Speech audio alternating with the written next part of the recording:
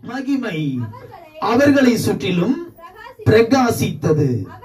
அவர்கள் மிகவும் பயந்தார்கள். தேவதூதன் அவர்களை நோக்கி, பயப்படாதிருங்கள், இதோ எல்லா ஜனத்துக்கும் மிகுந்த சந்தோஷத்தை உண்டாக்கும் நற்செய்தியை உங்களுக்கு அறிவிக்கிறேன். இன்று கர்த்தராகிய கிறிஸ்து என்னும் இரட்சகர் உங்களுக்கு தாவீதின் ஊரிலே பிறந்திருக்கிறார். அல்லேலூயா சொல்லுங்க. அல்லேலூயா.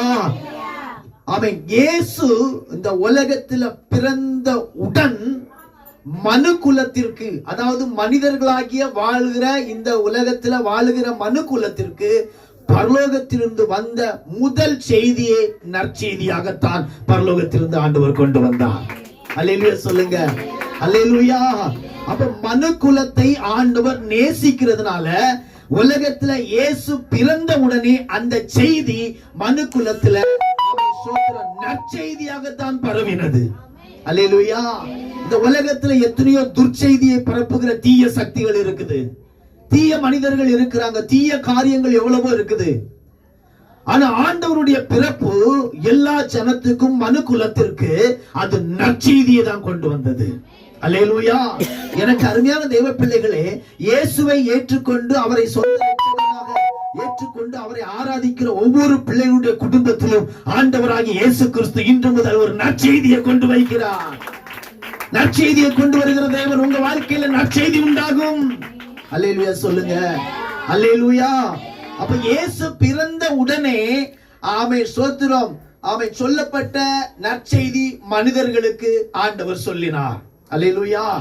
அந்த செய்தி ஒரு சாதாரண இடத்திலிருந்து வரல, ஒரு அரண்மனையில் இருந்து வரல, ஒரு ஏழ்மையான ஒரு பகுதியில் இருந்து வரல, அரசர்கள் கொண்டு வரல, மந்திரிகள் கொண்டு வரல, போர் சேவகர்கள் கொண்டு வரல. இந்த உலகத்துல எத்தனையோ ஐஸ்வர்யவான்கள் அந்த உலகத்தில் அந்த காலகட்டங்களில் வாழ்ந்திருப்பார்கள்.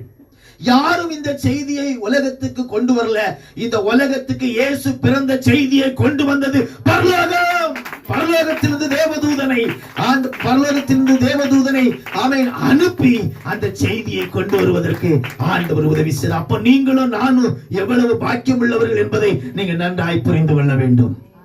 புரிஞ்சு கொண்டீங்களா? அல்லேலூயா.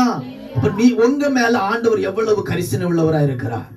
நம்ம மேலே ஆண்டவர் எவ்வளவு அவன் விசாரிக்கிற தெய்வனா இருக்கிறார், கரிசனை உள்ள தெய்வமா இருக்கிறார். இதை அறியாத ஜனங்கள் இயேசுவை ஏற்றுக்கொள்ளாதபடி, இயேசுடைய அன்பை புரிந்து கொள்ளாதபடி ஏதோ உலகத்துல வாழ்ந்து